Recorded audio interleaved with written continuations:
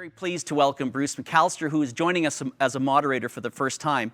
Our audience members in Alberta will know Bruce as a former global TV personality, talk radio host, and MLA. When I talked to him prior to this event, I was reminded of his time in the early 2000s on Czech TV, a station in Victoria where I live.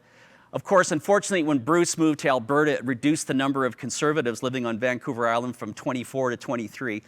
Actually, it's not quite that bad. There's probably 124 of us, I would guess. Anyway, welcome everybody. Enjoy today's sessions, and it's my pleasure now to turn it over to Bruce McAllister for our first session. Troy, thank you. It is a thrill to be here this morning. I'm pleased to join you all to talk about some very important topics in Alberta, in Saskatchewan, in Western Canada, and frankly in our entire nation.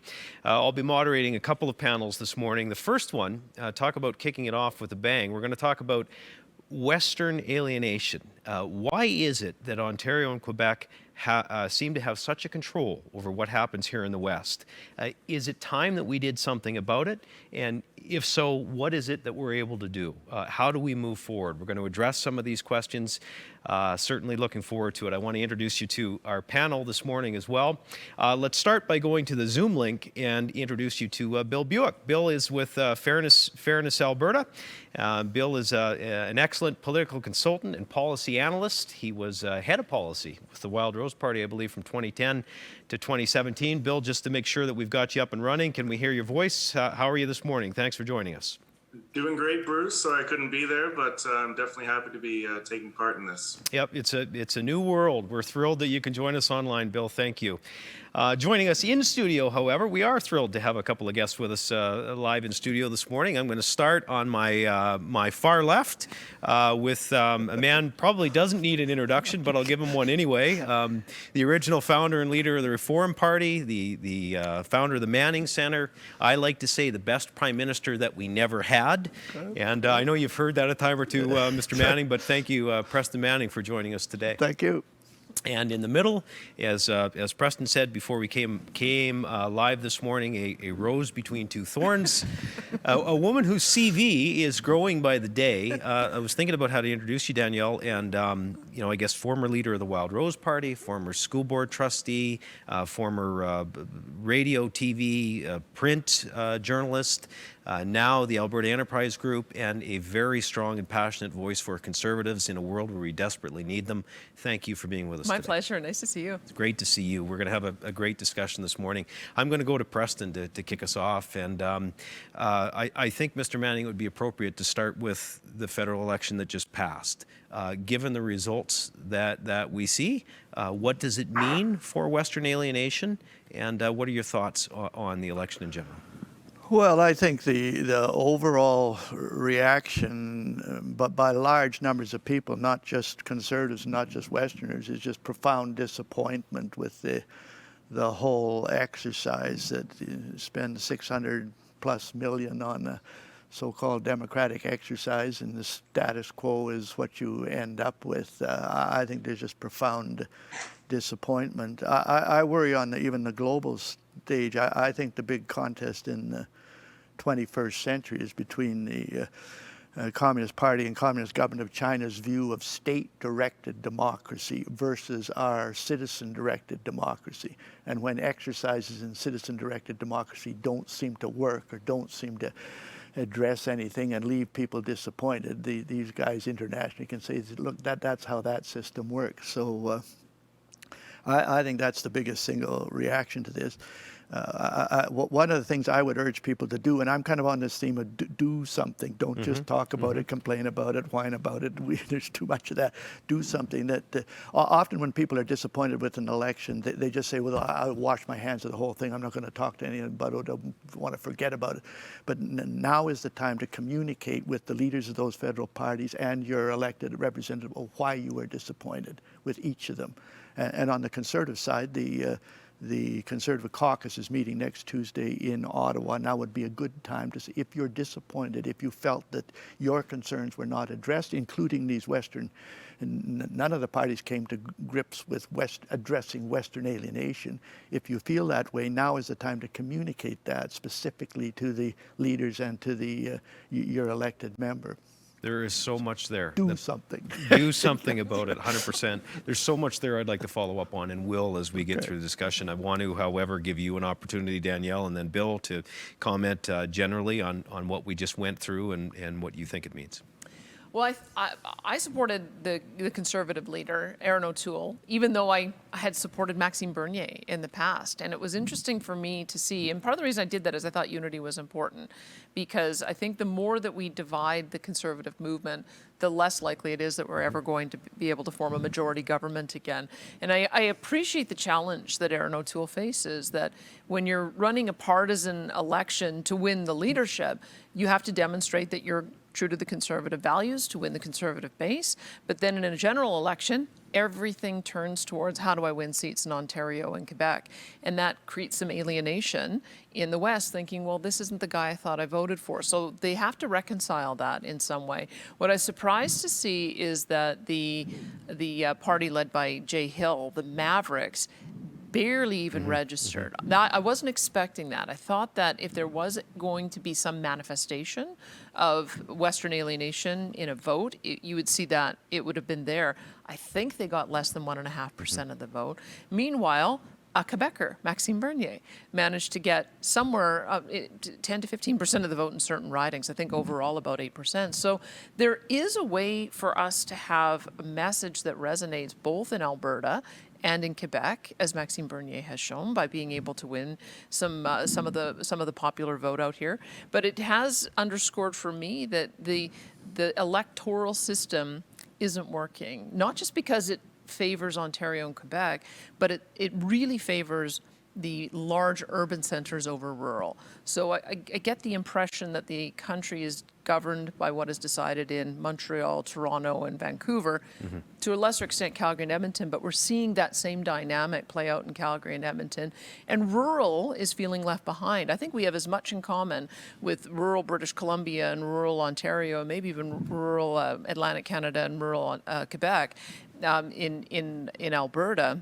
But that doesn't get played out in the election scenario. Well, our next panel this morning is rural prosperity. I'm looking forward to that discussion. And you just hit on a few things that we're going to talk about, the scattering of Conservatives, the different groups. I want to first go to our Zoom link and give Bill a chance to weigh in this morning. Bill, on what you've heard so far, and just before we get into some of the history of Western alienation and where we're at, what is your reaction, I guess, to kind of the State of the Union? I mean, it was pretty shocking with everything going on to have the status quo essentially be the outcome. I was hoping, we've started a campaign a little while ago to try and build bridges. I know a lot of people talk about our natural allies being in Quebec in a lot of ways when it comes to provincial rights, and I understand that. But in a sort of economic fiscal flows sense, really the allies should be in Ontario. Ontario and British Columbia and Alberta are the three main net contributing provinces. So we're the ones with the higher productivity. We're the ones that the federal government relies on to basically fund the gap between the more successful provinces and the ones that are struggling a bit. And I would just sort of like to see Albertans and politicians thinking about the future of Alberta's economy, or Canada's economy, which has never been more kind of at stake and in the balance. And we need to realize that investing in and unleashing the potential of all the provincial economies is the key, but the ones that are really going to carry the load is going to be Ontario to the west. And so I feel like people need to kind of start thinking about the border that really does exist between Ontario and Quebec. When you look at where equalization goes, where fiscal transfers go, which provinces are helping keep the country from being even further in a debt morass, it's Ontario and the West. And the more we can get Ontarians to think about how essential it is that Canada become more productive, more efficient, and the more that they realize that a lot of these programs like equalization are costing them almost as much as it's costing Albertans. And if we can get that 70% of people that's Ontario to the west thinking the same way, then I think that's the key to having a more prosperous Canada and a more harmonious Canada, and one in which Alberta feels more at place. Bill, I'll be following up with you throughout the discussion on some of the work that you're doing at Fairness Alberta, how you would suggest that we accomplish some of the things that you just mentioned. So thank you for that setup this morning. Western alienation is our topic, and I mean, Mr. Manning, you've been around this topic for a long, long time. I want to ask you if you could give us all a sense of kind of the history of Western alienation, how and where it started, and maybe that would give you an hour, probably, and then cover where we are today and how there are similarities and differences to what we experienced. Well, like you say, that's a huge subject, but I think it goes back to the very formation of the Western provinces. I prefer to, I'm worried about using the term even Western alienation. It has a negative kind of connotation to it. So I almost come at it, what are Western aspirations and concerns, and put the aspirations first and the concerns second. Or usually we start with the concerns.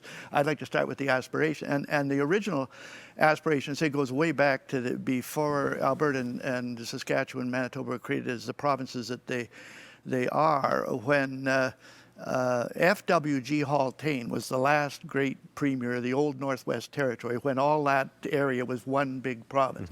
And to put it in story context, in 1901, December 1901, he had a debate in Indian Head, Saskatchewan. It was in December. Apparently 1,500 people got to it, which in those days they had to come by sled and horses. You know, it's hard to get 1,500 people today, let alone in 1901. And the debate was between Rodman Roblin, who was the premier of Manitoba at that time, when it was just a postage stamp province. It wasn't as big as it was today, and Haltane. And what Haltane argued was that the West aspired to be one big province with control of its natural resources and the capacity to balance the power of Ontario and Quebec in federation. He was He was a visionary. Yeah. And he called himself, and those that supported that, big Westerners. Rodman argued that he went along with the federal Liberal position, which was to divide the West up into 3 provinces into 2 territories, which many people thought it was deliberately done in order to make the West inferior to the big provinces of Ontario and Quebec. Unfortunately, Haltane, he won the debate that night, but he won the battle but lost the war. In the end, it was the Liberal position that divided the West up. And I think that's at the very root of Western alienation, the fact that the West was not created as one big unit with equal powers and equal status to the big provinces of central Canada. Now, we can elaborate on that, but it reflects itself today in a host of things. Just one other side that's maybe rather amusing. My father was elected to the Alberta legislature in 1935, and he became a cabinet minister. He was the youngest cabinet minister in the country at the time. Eberhard, who was the premier, assigned to him the oldest deputy minister because he felt the youngest cabinet minister needed the oldest deputy to keep, a guy by the name of Eddie Trowbridge. And Trowbridge, who was a guy in his 60s at that time, had been a clerk to F.W.G. Haltane in the old territorial government prior to Alberta becoming a province. And Trowbridge maintained, even after my father became premier, he says, "You're not a bad premier, but the best premier the West ever had was F.W.G. Haltane." And if you go back in reading his correspondence with Laurier, Haltane was a lawyer. His statements on constitutional law, on natural resources, are as profound as anything that Laurier or Sir John A. Macdonald ever said. And he was the guy that said the West had this aspiration to be equal and the freedom to pursue its own concerns and aspirations in parallel with Ontario and Quebec. You have cemented Western Canadians' belief that this goes back a long, long time. You just took us to 1901. Can you pick up on that, Danielle? And maybe like, what are we, just 20 years past the firewall letter, I believe? Yeah. So what's new is old, what's old is new. Are we making strides? It seems like we're having the same conversation over and over again. So I became politically aware in the early 90s when the Reform Party was making headway at the federal level. And that was when I saw this emerging Western separatist attitude. And they often did poll, they poll from time to time, and whenever I've seen polling, it's been about 25%. Stephen Harper ended up coming in, it ended up declining, and then it came back again when Justin Trudeau got elected. And I think we're seeing the same kind of pattern play out as well. Back in the 90s, Ralph Klein did a province-wide traveling roadshow tour talking about the firewall letter and should we implement some of the policies that were in it. And Jason Kenney did the same thing. Preston Manning was actually on that panel going around panel. That's talking right. about the things that we needed to do. And some of the ideas are very similar, but the response of government has also been similar. It seems like it was done to placate this concern that's out there as opposed to take the ideas and really act on them. The only thing that we're seeing coming up, and we'll be having a long conversation about this in 3 weeks' time, is a referendum on equalization. This seems to be the only thing that has come up. And what I worry about with that equalization referendum is that there's, number one, a lack of awareness that it's even there. And number two, if it fails, then I think that will send a signal that Albertans aren't really serious about moving forward on making some changes. Hold that thought, because Indeed. I want to come back to the equalization referendum. I think it needs to be addressed by both you and Mr. Manning, and to see where we're going to go with it, what it means to Alberta. But first, I want to go to Bill.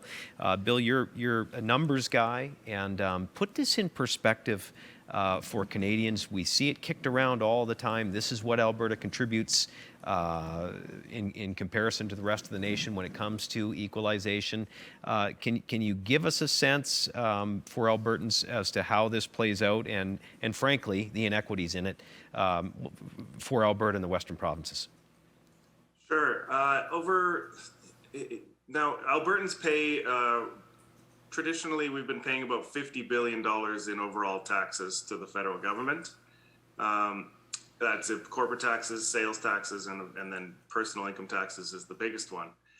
And then the federal government turns around and spends about $30 billion back in Alberta through services for people, provincial transfers, infrastructure, staff is a big one. Goods and services, generally, the feds spend an enormous amount in places like Nova Scotia. Not as much in Quebec as you might think, but that's where a lot of the Maritimes gets a ton of funding, is through all the federal civil servants that are located there. So Albertans have been paying in 50, getting back about 30. A lot of people say there's nothing to see here. Albertans have higher incomes. We all have the same tax rates. That's why they pay the 50. But that doesn't explain why the 30 is there, because 30 is about 10 billion less than the average across the country. So if we were a normal province, we'd be paying 40 and getting back about 40. Instead, we're paying 50 because of the higher incomes, getting back about 30. So there's a $20 billion gap in what we're doing to fund the rest of the country. That means there's $20 billion of wealth being taken out of Alberta that isn't coming back. And that works out to, it's a big number. That's about $5,000 per Albertan. And that's $20,000 per family of wealth that's going out of Alberta, largely to pay for provincial services in a lot of other provinces. Now, should that gap disappear? No. Wealthier provinces should pay a little more when it comes to the core federal services like defense and banking systems and the things we need the federal government to do. But of course, the federal government has had a lot of scope creep and expanded into many provincial areas of jurisdiction. Children's benefits should be provincial. Seniors' benefits are basically a provincial social service. And certainly the health and social transfers are an enormous way in which the federal government has intruded on provincial affairs. And whenever a federal government program is even giving out dollars evenly, Albertans, British Columbians, and Ontarians are paying more into it per capita than others. So the problem is sort of threefold. One is the least objectionable part is that Albertans are paying more taxes for higher incomes. The objectionable parts are how much less we get back for various reasons, and then also how big the tab is. So if we're paying more than our share of a small tab, that's a small net transfer. When we're paying more than our share of a very big tab, that becomes a very big net transfer. So people need to realize that Albertans are contributing an enormous amount because of the way the federal government is set up and because of the incomes. But then on equalization, it's actually Albertans aren't paying an enormously high rate compared to other provinces. If you look at the numbers, an Alberta family pays about $2,700 this year to fund equalization. That's still a great deal of money. But I think the good news is that Ontarians are paying about $2,400 and British Columbians are paying about the same. So I think there's a potential here to get those provinces to realize that their taxpayers are paying about $2,400 per family of four to provide the provincial services for the Maritimes in Quebec and Manitoba. So that entire fund is going straight to provincial governments to provide provincial services. And I don't think it's ever been more important for people, even in Alberta, Ontario, and BC, to want those funds to be coming to their provincial services, to see their provincial governments struggling under the load of exploding healthcare costs, trying to figure out what to do with childcare, trying to figure out what to do with various items. And so we need to kind of have a shift of thinking in places like the Greater Toronto area and the Greater Vancouver area and say, are you not satisfied with what your provincial government can fund? Well, guess what? If you had even half of the money that's going to Quebec and the Maritimes to pay for their provincial services, you could have a lot more of what you need and what you think you need supported. So that's kind of the big picture. Equalization is a significant piece of the puzzle, but Albertans aren't, it's not an Alberta problem on that front. It's a lot of the other spending programs where Albertans find themselves getting an even bigger short end of the stick. But the thing that I like about the equalization referendum is that if we don't do something, and I would prefer it be something that comes from the people of Alberta instead of relying on the politicians because they just aren't getting it done. I think this is a chance to open up that window and then have everything on the table in order to get our needs addressed. And it's also, like I said, got the potential to have a majority coalition of people in places like Ontario and BC. All right, a lot to chew on there, Bill, for sure. Thank you for the numbers. Thank you for the context. I am curious, and I'll come back to you in a minute, about how you intend to change the hearts and minds of the people in the GTA and some of these other areas. So it's a pretty red map. However, it shouldn't be a partisan issue. I know you would agree with that, so I'll challenge you in a few minutes as to how you're going about that. But I want to get back to the equalization referendum. We've got a civic election coming up. This is one of the ballot questions.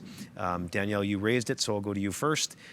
How significant is it for Alberta, and are you fearful of what the result might be? Very fearful. I ran into a pollster during Stampede who said that it's not even really registering on the radar for people. I think at the time her polling suggested only 43% would vote in favor of ending equalization, and that needs to be a much stronger mandate than that. I think part of it is there's a little bit of confusion. Albertans like to think that we're generous and that, yeah, we're all in this together. If we've got a little bit more, we can help out. So that's one aspect to it. The other is we're voting on a federal program. So we're voting on something that is outside the jurisdiction of Alberta to actually change.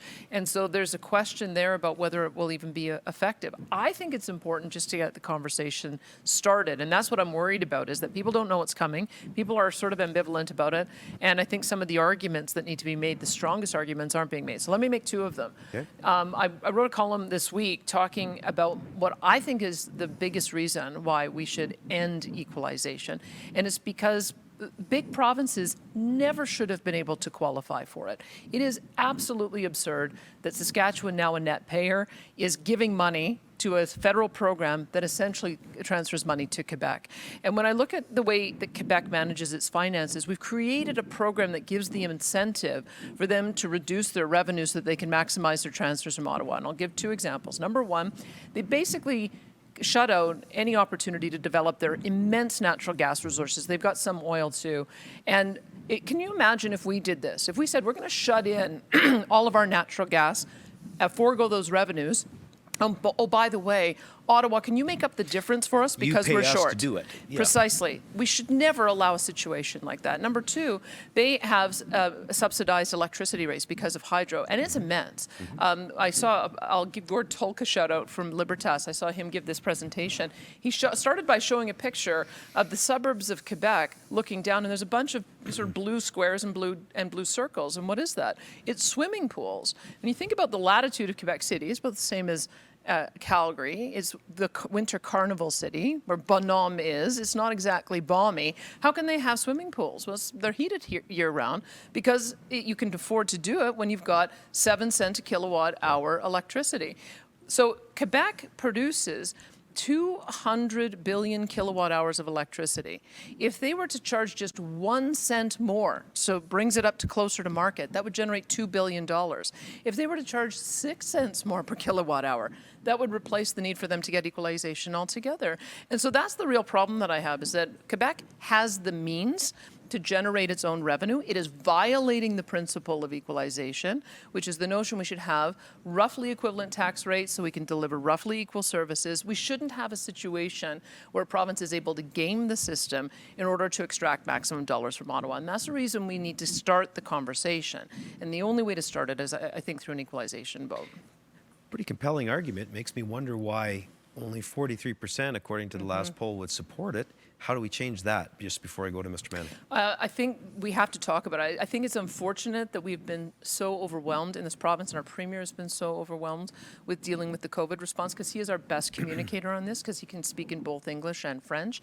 I think he put the referendum out there, and I haven't seen the action on the part of the government to endorse a vote in favor of yes. We've also been unable to have events and get together and rallies, and so that's hamstrung the event. So hopefully this kicks off the conversation, because we only have 3 more weeks to be able to rally the yes forces to make sure that that referendum goes through. A lot there, Mr. Manning. Your thoughts on the equalization referendum, where we're Well, at? I agree with Danielle on this point. Referendum campaigns work if there's a huge educational effort that goes along with them. Recently, BC had that referendum on changing the voting system, and the polling that was done after was even after all of that, 50% of the people didn't even know what it was about, let alone participate in it. So if you're going to have referendum campaigns, you almost have to plan on an extensive educational campaign, and that unfortunately hasn't happened for a variety of reasons, mainly that it's been swamped by the COVID thing and then the federal election and everything else. The other question I would raise, the equalization referendum in Alberta actually is asking Albertans to support a constitutional change, to remove Section 36 from the Constitution Act, which is the section that recognizes the principle of equalization, although it doesn't actually get into the mechanics of it. My question, I've raised this with a number of Westerners, why do we demand constitutional changes in areas where we don't have a ghost of a chance of getting them? What do you think is the chance of getting that constitutional amendment actually through the Parliament or the other legislatures of Canada? 7, 8, whatever many provinces benefit from equalization the way it is. You think they're going to vote, in order to amend the Constitution the way that section had to be amended, you need 7 provinces with 50% of the population plus the support of the federal Parliament. You don't have a ghost of a chance of actually getting that. So yes, the referendum's a chance to express our discontent, but it doesn't have a ghost of a chance of going through. The other constitutional amendment that we Westerners have pounded away on, and I've been very involved in, was Senate reform. But in reality, the chances of getting that constitutional change are 0. We thought you might get the democratic part of it without a constitutional change, but the courts even said you couldn't do that. So my question to Westerners, what is the one constitutional victory that the West ever got? What was the one constitutional victory that we ever got? And can we learn some lessons from that as to how to get constitutional victories in the first place? And the one constitutional victory we got was in 1930, when we got the Natural Resources Transfer Agreement that transferred ownership now of the natural resources back to the provinces instead of being controlled by the federal government. That was the one constitutional victory that Western Canada ever got. And how did we get it? Well, there was a 25-year campaign to get it, espoused by various political parties and provincial governments, particularly the United Farmers Government of Alberta, a 25-year campaign, and they managed to get a few of the smaller federal parties to be committed to it, particularly the farmers' parties and the old Progressive Party, which had some seats in the federal parliament in 1930. And lo and behold, there happened to be a set of circumstances, and maybe this will happen in the future, when Mackenzie King had a minority government in 1930. And in order to stay in power, he needed the support of a few of the little parties, the Farmers' Party. And the old progressives and the Farmers' Party guys that were in the Parliament at that time said, the price of us supporting you is you supporting this natural resources transfer agreement. And that's how the West got its one constitutional victory. So why don't we learn some lessons from that? Why don't we have a campaign to get the constitutional amendments we want? And the constitutional amendment should not be equalization or Senate reform. The constitutional amendment we should be pursuing is one that prohibits the federal government, this ties in with what Bill was saying, prohibits the federal government from spending, taxing, legislating, or treaty making in areas of provincial jurisdiction, such as natural resources, or joint jurisdiction, such as health and environmental protection, unless it gets the consent of the provinces affected. Now, that you go to the other provinces with that, including Quebec, and all of a sudden, yeah, most of the provinces say that's not a bad idea. You got a ghost of a chance, at least, of getting that amendment through, supported by the provincial governments. And that's, if I was going to spend my next 20 years on campaigning for constitutional change, it would not be on equalization, it would not be on Senate reform, it would be on getting that one constitutional amendment, using the lessons from the one victory that we got in the past. Sorry for the long dissertation. No, it's tough to argue the point. Although some would say, and maybe this is a bit naive, and I'm sure you'll correct me if it is, but some would say at least there's a message in the vote coming in the civic election. At least there can be a strong message from Alberta that we've had enough. Oh yeah, and I think you're conceding that too, Danielle. But my worry is that a lot of people will vote for that thinking that you actually can get that section removed. And when they find out that you can't, and that you never had a ghost of a chance of doing it, which the Premier's actually said, whether that's going to cause some disillusionment. Well, we thought by voting for this, we were going to get that change. We didn't get it. Now we're further disillusioned and disappointed. Okay. Bill, Mr. Manning just said a few things I think that will resonate with Fairness Alberta and some of the work that you're doing. Can you pick up on that and maybe comment on what you just heard? Yeah, there's 3 points there, and I'll start with that last one. I wrote a piece for the National Post recently explaining what the sort of logic behind the referendum is, and defending that the 1998 Quebec secession reference basically said, if a province wants to separate, that's very serious, and you really need to make some changes to meet that. Sorry, but if a province, there's a general principle that if any of the partners of the Federation pass something like a referendum, or some kind of strongly worded motion out of their assembly, but a referendum's obviously more powerful than that, then there's a duty to negotiate. And so I hope I can help and others can help people realize that this is a strategy that we are using, yes, but it has some constitutional backing from the Supreme Court, and that if a referendum is clearly passed that calls for constitutional change, that's what triggers a duty to negotiate, which is more powerful than just trying to go to a First Minister's conference and get something passed and the federal government can just ignore it like they did with fiscal stabilization payments. So it's a strategy. I hope people recognize that it is a first step, but I think it's a useful first step to, again, get past that political class. The other point Mr. Manning was speaking of, I absolutely agree that getting the provinces to want to take more control and more responsibility for their jurisdiction is absolutely essential. There's a lot of problems. One of the big ones is, why do we pay twice as much in federal taxes as we do in provincial taxes? Because the spending isn't 2-to-1 federal issues to provincial issues. If anything, it's reversed. So I think the biggest long-term solution to some of these problems is to just take away that federal spending power. Now, it's easier said than done. There are provinces that have a vested interest in the feds paying for stuff because they feel like they would be less able to afford it themselves. But Ontario should be happy to send more of their dollars, same amount of dollars, but send more of it to your provincial government instead of sending it to Ottawa to have it go to other provincial governments. I feel like there's a majority coalition along the same lines of what I was arguing with equalization, that if we can get Ontarians to realize how much of their money is unnecessarily heading east to other provincial capitals, and get BC to kind of, I find British Columbians are a very unique political place that I don't understand. But I'm still going to try and help them understand that there's so much more that they could be doing provincially without raising taxes, just by asserting control over the tax dollars that their people are providing. And moreover, there's a kind of a philosophical principle to it as well. Why should middle income Albertans have a portion of their taxes go to help subsidize benefits for people in Quebec with much more money? There's wealthy Quebecers getting $10 daycare right now. Middle class, lower class Albertans paying taxes that end up subsidizing that. They have nowhere near that kind of option. So the people that are providing the service should be the ones that are taking the taxes. It's called taxation without representation. And while technically, yes, we are represented in Ottawa, those dollars are just going in big blank checks to provincial governments that we have no control over, no say over how they spend them. And so that's a bigger part of the problem. And then just one final point with what Danielle mentioned with the hydro subsidies. She painted the picture well about how how it works in practicality.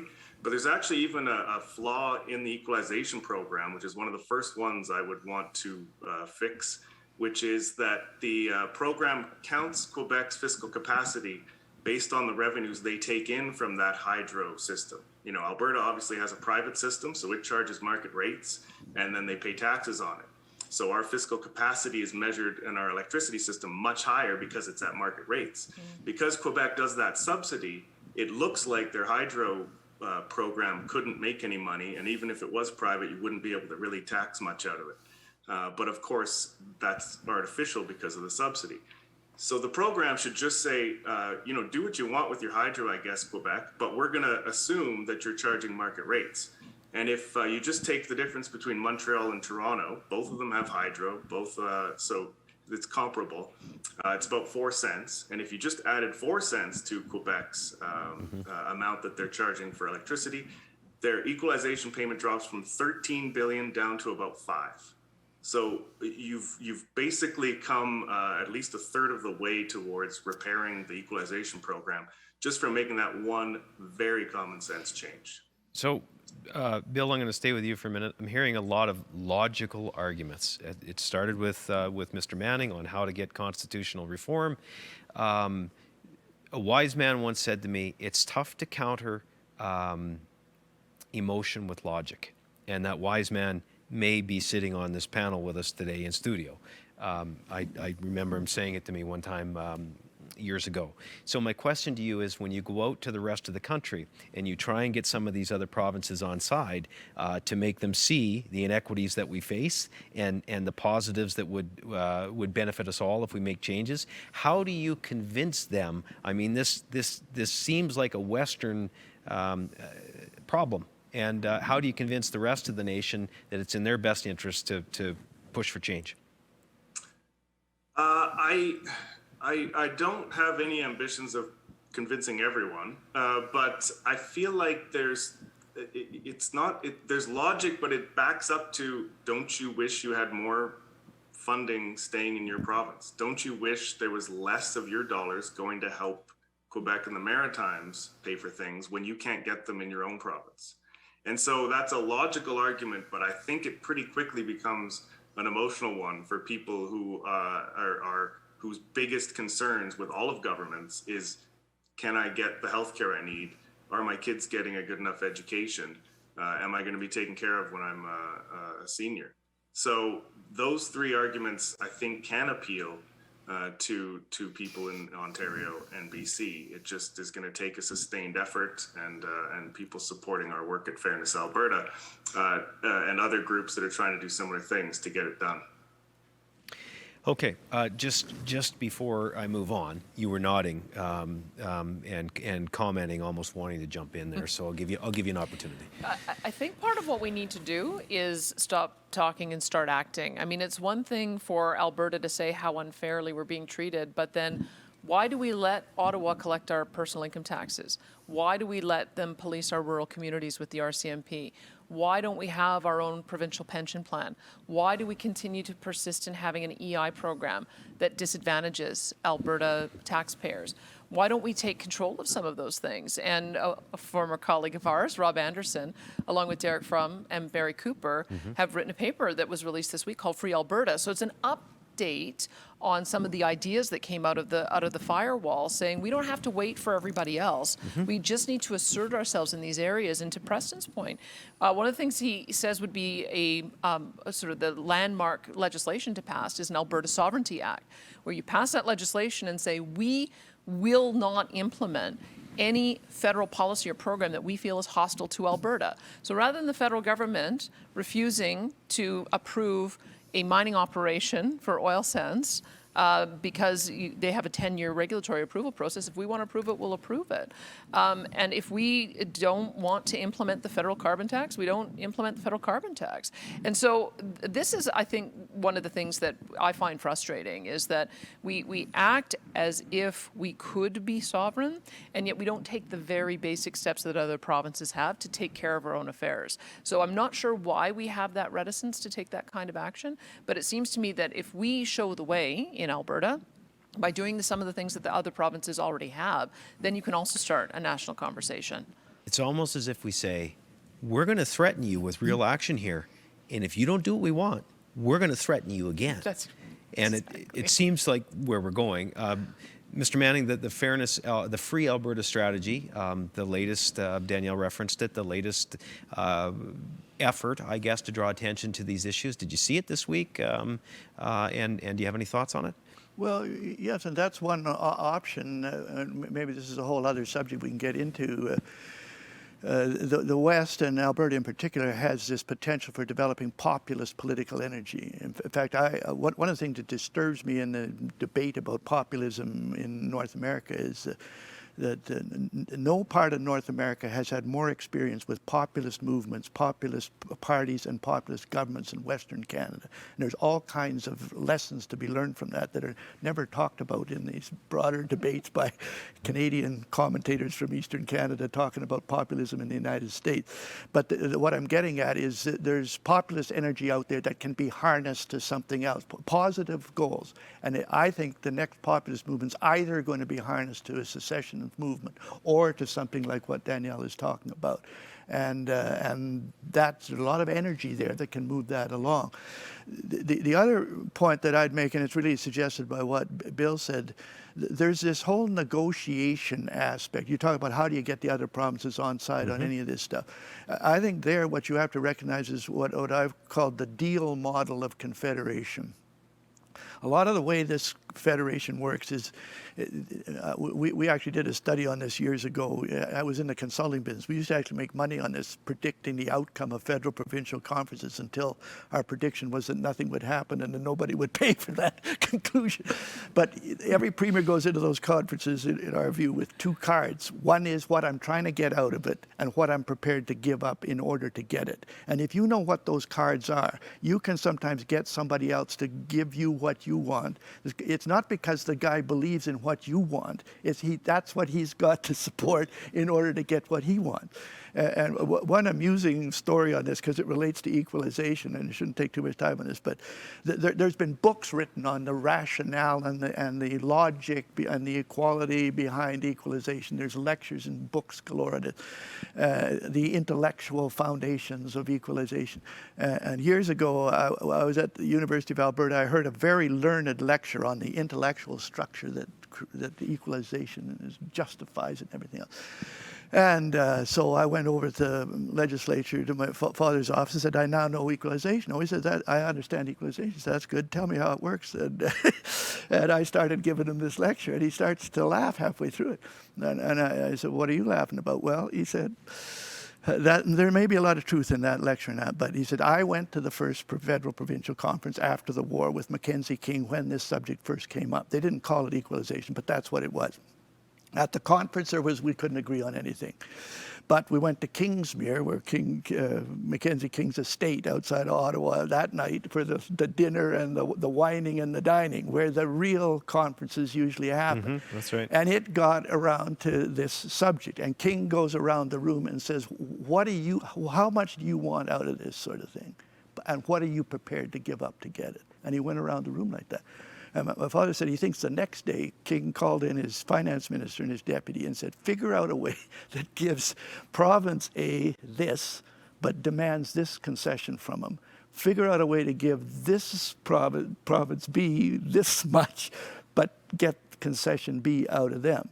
And, we better figure out some nice term to discuss this, to call this deal, let's call it equalization. In other words, the deal came before the rationalization. And I think in a way that's what Bill's talking. There's room for negotiation on this and to get other provinces to concede some of the things that the West want in order to get something what they want, not because they're convinced of the equity of what we are asking for. Well, maybe I'll ask Bill, what are those things? Bill, what do you think? I agree that there needs to be, when it comes to negotiating over the sharing of the resources that are in Ottawa, and then maybe trying to shift the dynamics between provinces and the federal government and in strengthening provinces, I think that can be done with a maybe a little bit more sort of sugar and carrots than sticks. But one thing that I think those are old problems. Those have been Alberta's issues for at least 20 years and longer. But those are just the kind of natural problems that emerge when you have a smaller population with higher incomes dealing in a federation. The bigger the federation, the more they're going to pay. If we can shrink the kind of centralization of that federation, the more that each province will be on its own.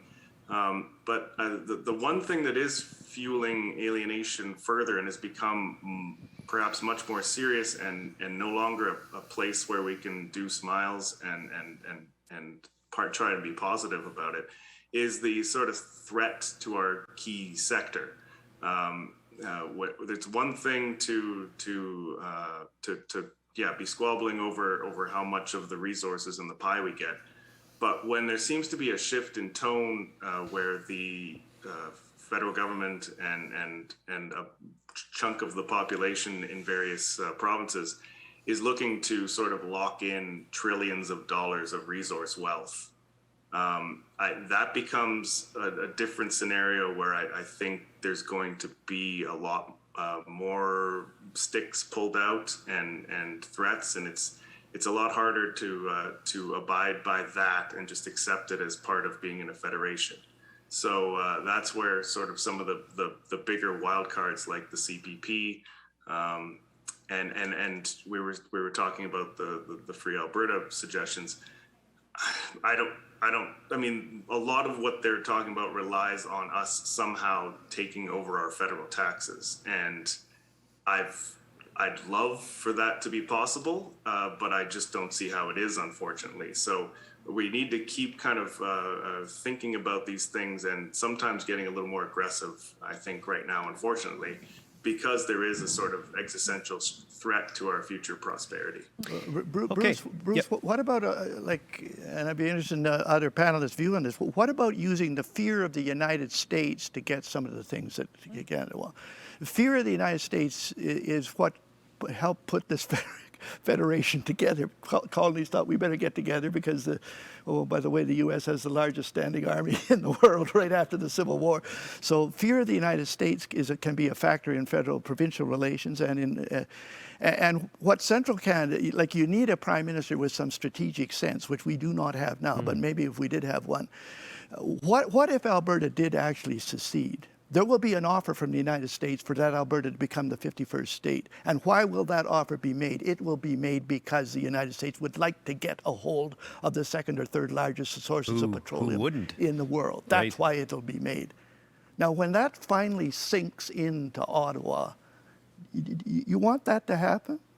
Do they want that to happen? Or do they have to say, maybe we have to do something to keep that energy sector and its development in Canada and to accede to some of these other demands? Is there some way that fear of the United States can be used as a lever to get some of the things that the West needs to have addressed? It's more aggressive, and frankly, there are a lot of Albertans and people in the West that suggest that we haven't been aggressive enough, that we haven't put enough cards on the table to say, here are the things that we could do and that we might do, and we're not going to let you push us around anymore.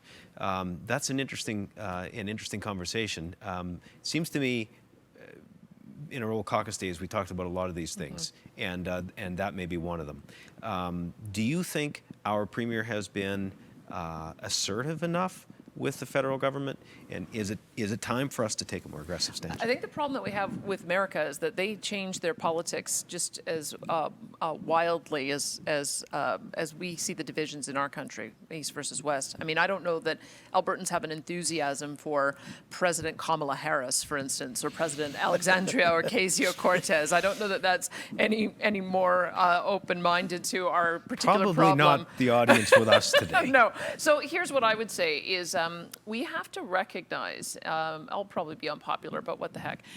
We have to recognize that we have 740 megatons of carbon dioxide emissions, and Alberta's responsible for 270 megatons of that. And to this point, we have said, well, we'll slow the rate of increase, or we'll have a change in the emissions intensity. And because Quebec has a zero emissions source of very cheap electricity, they're looking at it and saying, what's the problem? Why don't you just do what we do? So this is why we have a fundamental divide. And until we figure out a way to get on the same page on energy, then I don't know that we're going to be able to heal the country. I think we can get on the same page on energy. I think we can say, not only can Alberta be net zero, but we can be net zero faster than anyone else, because we can have hydrogen, and we can do carbon capture utilization and storage, and we can have geothermal, and we can bring in small-scale modular nuclear reactors in order to develop our bitumen. And we can also do non-combustion for bitumen. If you look at the best value that we get for bitumen, it's making asphalt. And guess what? Whether you have an electric vehicle or a hydrogen vehicle, you're still going to need roads to drive them on. So why don't we look at ways in which we can find a way to have that common interest met, which is reducing greenhouse gas emissions in absolute terms without having it harm our economy. I see a huge amount of opportunity, and I think the business community sees an enormous amount of opportunity in embracing that challenge with innovation. But I don't think we've made that connection very well with Quebecers, and I don't think that we've sold that message very well to the rest of the country. Okay, we have the Alberta Carbon Trunk Line in Alberta. Enhance Energy is operating CCUS project. In fact, Enhanced Oil Recovery Project. But it's like 10-12% capacity, something like that. Maybe it's time to push our governments in that direction. And you're right, we might not be popular with this conversation, but that's what you're pushing for. Sorry, Preston, go ahead. There's another way of coming at this, and again, raise the question: can you harness the environmental movement in some way to our advantage? Like I think Albertans can say, oh, okay, with respect to producing energy from hydrocarbons, we've agreed to internalize the environmental externalities. That's what the carbon pricing regimes do. But if you're going to internalize our environmental impacts into the price of the product, that should be done for every other energy source, or else you distort the market. So you say to the Quebecers and BC Hydro, where's the internalization of the negative environmental impacts of hydro production? Those guys have flooded carbon sinks the size of Lake Ontario. So where's the reservoir tax that is the equivalent of the carbon tax?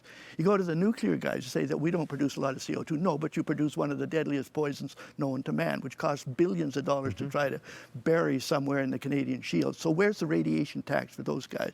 Where's the environmental levy that internalizes the negative environmental impacts of solar and wind? Because none of them are environmentally neutral. Some may be better than others. But okay, you're going to internalize our negative environmental impacts. You better internalize all the others and get the environmental movement cannot deny the logic of that argument. So that's another way of coming at what you were talking about, but again, harnessing some other forces to try to get equity between our energy industry and other people's energy industries. Our next panel on rural prosperity, I'm sure the carbon tax will come up. It'll be viewed very differently by ag producers who, exactly to your point, have an on-level playing field. Having to deal with it in this nation as opposed to producing products in another. So your point is well taken. Bill, I hadn't anticipated going down this road, but since we have, would you like to weigh in? Yeah, sure. One of the things, I think it's useful to not think of Canadians outside Alberta as some kind of monolith. There's many fair-minded Canadians who have enough common sense to understand that the energy sector has provided enormous wealth to Canada. I mean, they know it helps Alberta, but part of what we've been trying to do is help them understand that everybody gets a piece. The federal government, the federal debt would be so much larger. Federal programs would not be as affordable if the energy sector hadn't been exporting $100 billion of oil every year to bring that wealth into Canada. And then the Federation is such that no province can afford to have a lot of prosperity without everybody benefiting from it. So we've been trying to help them realize that it isn't just Alberta's doing well or Alberta doing badly that the energy sector's ups and downs affect. It affects the whole country. And so I think there's a lot of people who want to see that Alberta's making steps to be more environmental, but explaining to them that Alberta is already far more environmental than almost any of the places that they can import their oil from, and that we're even progressing even more. But then also always reminding them, what are you going to do if this disappears? We ran a billboard campaign a year ago saying Ontario can't do it alone. We need Alberta's economy. Albertans have been holding up the bottom line of this country far more than you probably imagine, given our size.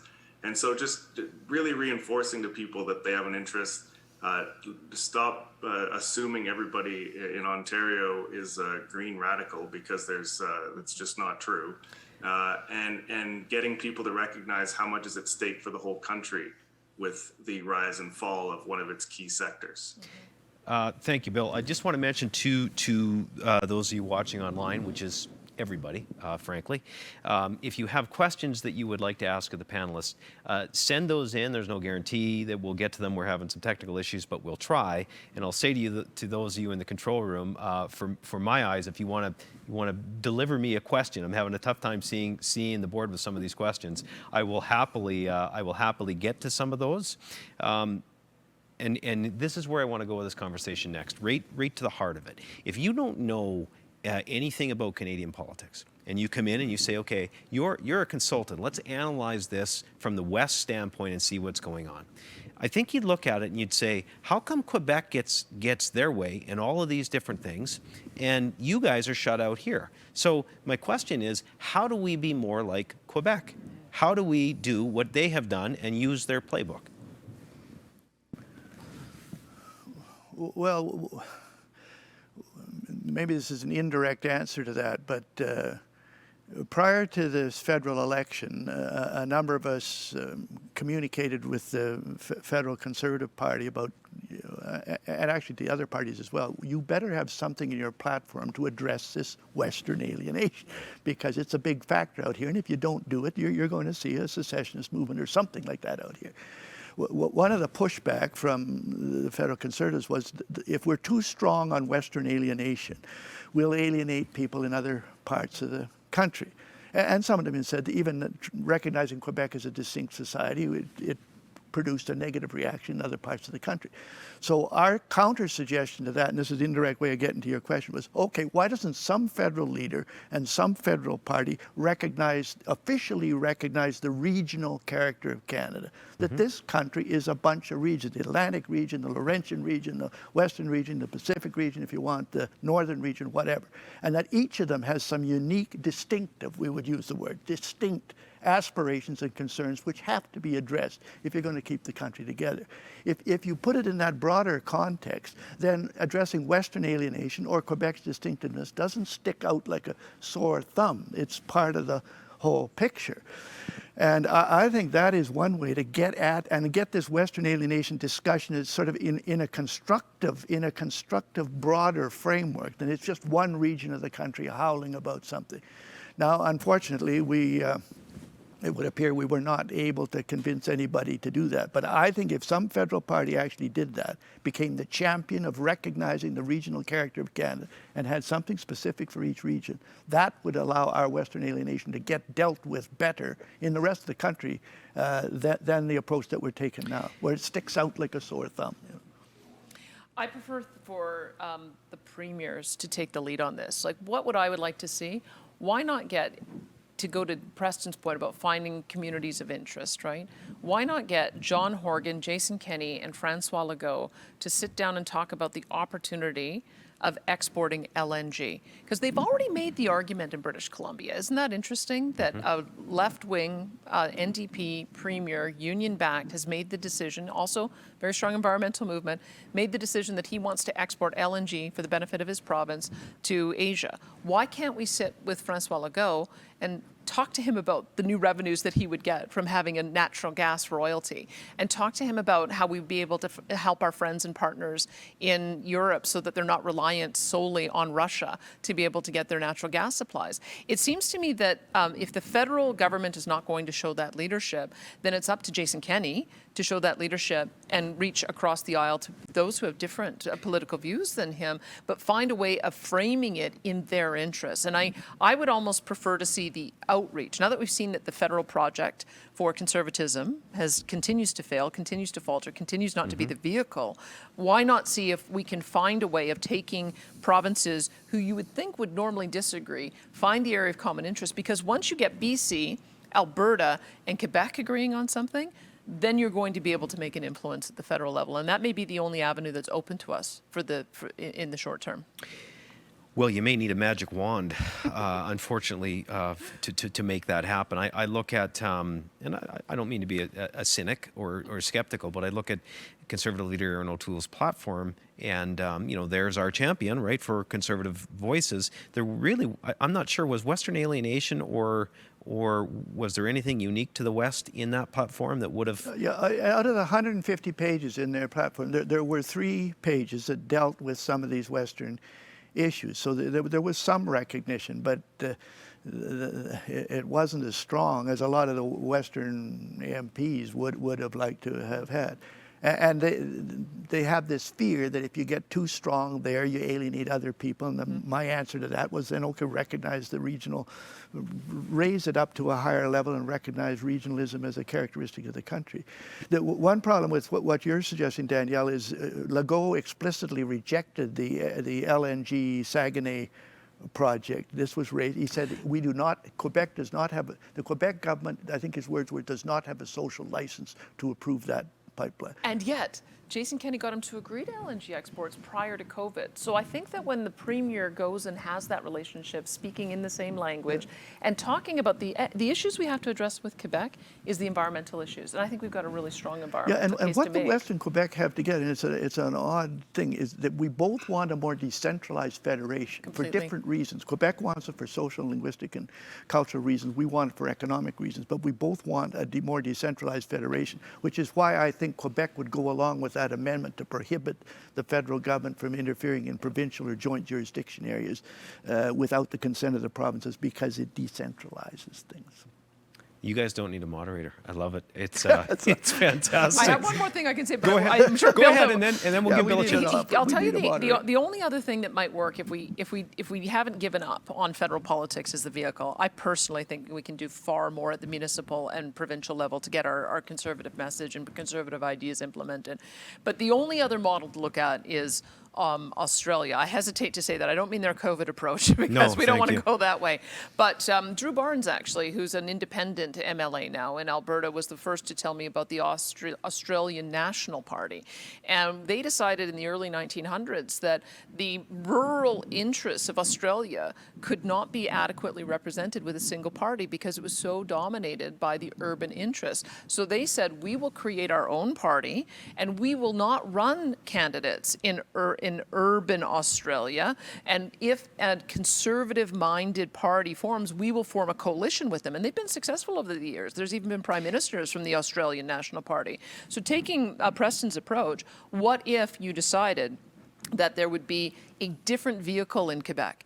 It would be led by a Quebecer. It would draw from Quebec-based residents. It would have a conservatism that resonates in Quebec. And the federal party outside of Quebec would say, we will partner with them should they win sufficient seats. And maybe then you also have to do the same thing in the West. If the Mavericks become the party that best reflects regional interests, you run out west, we won't challenge you, and we will be able to form a coalition afterwards. Maybe that's the direction we need to go if we cannot find a single entity that can best reflect conservatism in each of the regions. I want to stay here. Bill, apologies, I'm going to come to you in a minute. But you mentioned the rural-urban divide. I don't want to get on a soapbox, but we actually have a board in the Calgary Metropolitan Region that gives urban control over rural lands. Completely. That we actually have a conservative government that allows the Calgary Metropolitan Region Board to allow Calgary veto control over the rural municipalities. This is exactly the thing that we're fighting federally that we are allowing in the province. And we're going to talk about that in the next panel. It's asinine to me that a government would allow such a thing. You mentioned the Mavericks. So we've got about 12 minutes left. I want to touch on the fact that we've had the Fair Deal panel, we've had the Mavericks, we've now got the Free Alberta strategy from Rob Anderson and his colleagues. How do we bring all of these groups together and harness this as one? And I don't know if it's tribalism that we have so many different groups, but Mr. Manning, you've been around this for a long time. How do we harness this energy and get it going in one direction? Well, it's very difficult. It needs some kind of leadership whose objective is getting them together rather than pursuing one. There's an old joke, actually, that the country is actually riddled with separatism. You know, Vancouver Island wants to separate from BC. The whole country wants to separate from Toronto. Labrador wants to separate from Newfoundland. And if all these separatists would get together, they could unite this country. But there's a certain truth to that. But I think that does require some leadership, and I don't know where that comes. It can't just be the leadership of these individual groups. It's somebody who actually dedicates themselves to, or some group that dedicates themselves to that objective. It is a weakness of conservatism, and Troy is on that. In fact, it's one of the purposes of this Canada Strong and Free Network. Conservatives tend to be in silos. Mm-hmm. Yes. And there's not even a cooperation between conservative provincial parties and the federal party or the provincial party. This problem manifests itself in this division on separation. But I think the starting point would be somebody or some group who dedicates himself to that objective rather than just pursuing one particular course. Bill's next, but thoughts on that? I think that we need to take advantage of what Premier Kenney put forward with the citizen-initiated referenda legislation. It's unfamiliar to us, but we need to, with maybe each of these groups, can work together on a single project, identify 4 or 5 referenda questions, collecting your own personal income taxes, having your own provincial police, having your own pension system, and then work towards a citizen-initiated petition campaign that will result in a referenda, which will be in an area that we can actually do something about, led by citizens. I think maybe we have to realize that politicians are too compromised, that for Jason Kenney to win in rural, he has to alienate Edmonton and Calgary, and for him to win Edmonton and Calgary, he's alienating rural. Maybe we have to recognize that it's up to us to take more of the initiative with the tools that he's given us to push forward the ideas, and if they pass, then they get implemented. If they fail, then we didn't try hard enough. And that's, I think, the challenge that we have, is that I don't know that we've convinced the Premier that people care enough about these issues for him to act on them. I think that the lack of interest in this referenda is going to be seen as maybe there's other things I got to be focused on. And so I think that the referenda and the citizen-initiated component is going to be essential if we're going to move any of this forward. The squeaky wheel gets the grease. Truly. And unfortunately, the left have been masters at that over the years, which we see in the headlines every day. Bill, I'm not intentionally ignoring you, I promise. There was a lot there. Pick it up wherever you like on what we've just discussed. Sure. First of all, I'm running an organization that's focused on doing a couple things, which is raising awareness amongst Canadians of how much Albertans contribute, and then trying in as much a positive way as possible of showing how the barriers that hurt us are going to hurt everyone else. So I think that's valuable. I think it's also valuable for people to be taking more strident approaches at the same time. So I'm not really concerned about there being too many voices out there. I think enough voices out there saying sort of different things along the spectrum help the rest of the country understand how broad this isn't just 20 guys that are upset.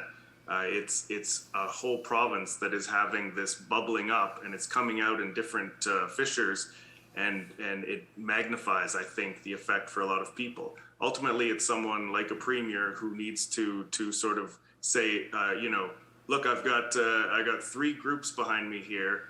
Some of them want to be parts of this country and make the whole country stronger.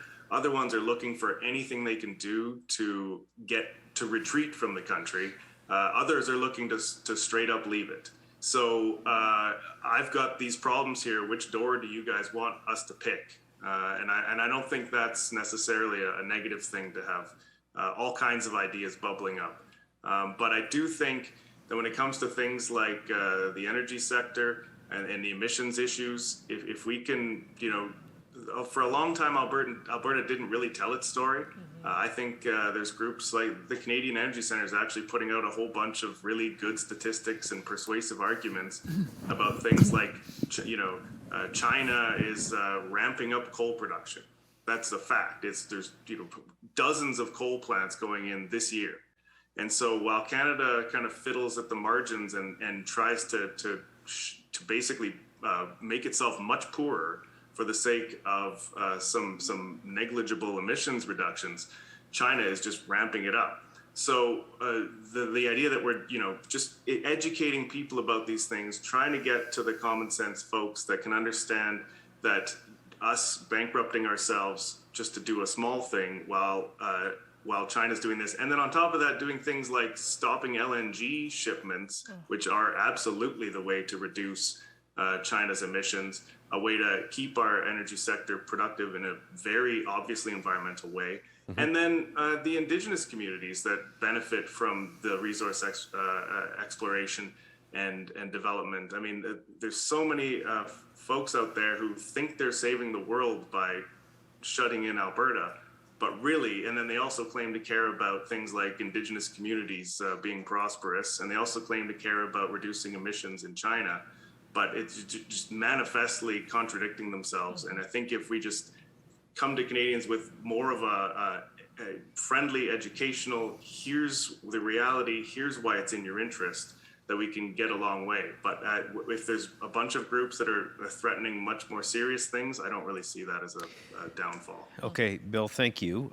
We've got just about 5 minutes left. So I'm gonna call that Bill's concluding comments. Danielle, I'm going to give you a couple of minutes, and then we'll turn it over to Mr. Manning. One of the things I think we don't do very well in the conservative movement is speak emotively. We kill them on our arguments. Our arguments are the best, our stats are the best, our rationale is the best, our logic is the best.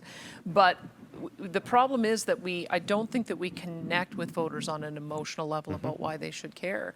And maybe it's because we are reluctant to take the circumstances and take advantage of the circumstances.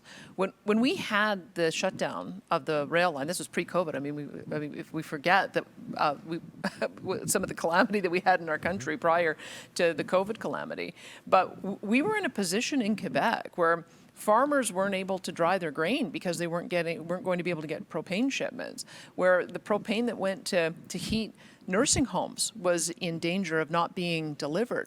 When you have real people impacted by supply disruptions and you understand the importance of having that safe, secure, reliable supply of fossil fuels, those are the stories that we need to be able to tell. We need to be able to connect. It's not just about taking stuff out of the ground and making energy companies rich so that we can get a lot of revenue into the provincial coffers. It's because when you get those revenues, you can do things with them, number one.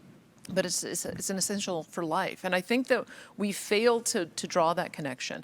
We failed to call the environmentalists out on this absolutely absurd notion that we can switch 100% of our electricity supply to an intermittent power of wind and solar and live off batteries and have the same quality of life and support Canadians and the most vulnerable the way we have. So I think we have to be able to speak emotively. It's not, I don't think it's natural for Conservatives, but I think it's really the only way for us to demonstrate that we're the ones who actually care, and that's why we propose the solutions we do.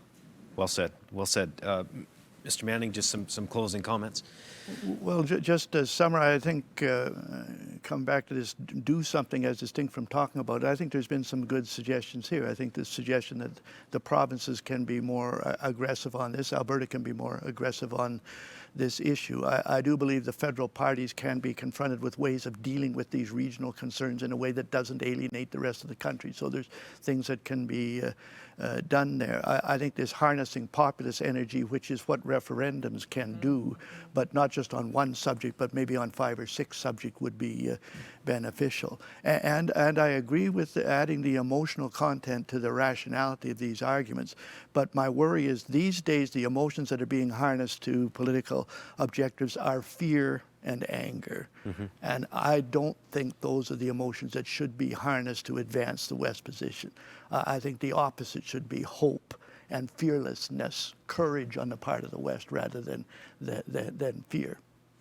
It's a great place to leave it. It's been a pleasure for me to be able to moderate today. Thank you so much to Bill at home, to Preston and Danielle here in the studio. Real treat. And we want to remind you that we have many other good discussions today to come up. Rural prosperity will be our next panel. And I think we're going to take a little bit of a break before then. I'm going to throw it back to Troy